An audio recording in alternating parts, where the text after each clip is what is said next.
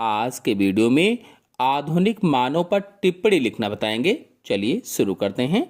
तो आधुनिक मानव या होमो सैपियंस सैपियंस आज से लगभग 10,000 वर्ष पूर्व आखिरी हिमयुग के पश्चात आधुनिक मानव का विकास क्रो-मैग्नन मानव से हुआ।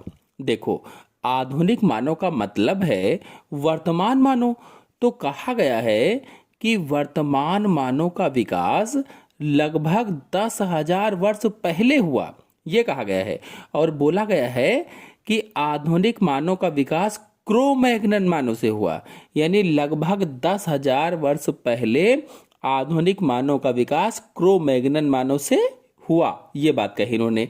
अब आगे बताया है कि क्रो-मैग्नन के बाद का उद्विकास मुख्यतः सांस्कृतिक विकास का काल है। यानी जब क्रो-मैग्नन मानव था उसके बाद जो उद्विकास हुआ, उसके बाद जो जीव बने, मुख्यतः सांस्कृतिक विकास का काल था, यानी संस्कृति का विकास हुआ था। और इनका माथा चौड़ा होता है, जो माथा है चौड़ा होता है, चेहरा सुंदर और सीधा होता है, सुंदर सा चेहरा होता है, सीधा होता है, ठोड़ी स्पष्ट रूप से उभरी होती है। आपने देखा होगा सभी मानवों में जो ठोड़ी होती है स्पष्ट रूप से उभरी होती है।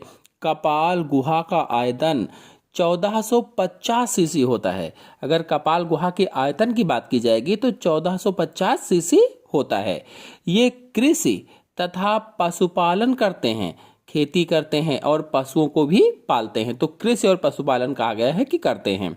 इसके पश्चात मानव सभ्यता का विकास हुआ और धीरे धीरे करके मानव सभ्यता का विकास होता गया। मानव के सांस्कृतिक विकास को 3 कालों में बांटा गया है। वो 3 काल कौन कौन से हैं? नंबर 1 पूर्व पाषाण काल या पैलियोलिथिक काल, दूसरा है मध्य पाषाण काल या मीसोलिथिक काल, और तीसरा है नवपाषाण काल या नियोलिथिक काल। अब देखिए, अगर पहले को देखा जाए पूर्व पाषाण काल या पैलियोलिथिक काल, तो इस युग में पत्थर व हड्डियों के हथियारों का प्रयोग किया जाता था। पत्थर के हथियार प्रयोग किए जाते थे, हड्डियों के हथियार प्रयोग किए जाते थे।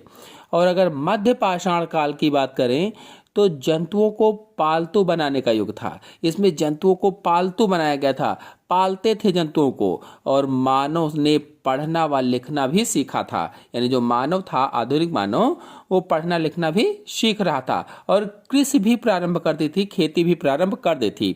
अगर नवपाषाण काल की बात करें तो इस युग में खेती व अन्य चीज़ों का ज्ञान हो गया था, यानी खेती और ज्ञान का युग है ये। और इस काल को फिर 2 युगों में बांटा गया, तांबा युग और लौह युग।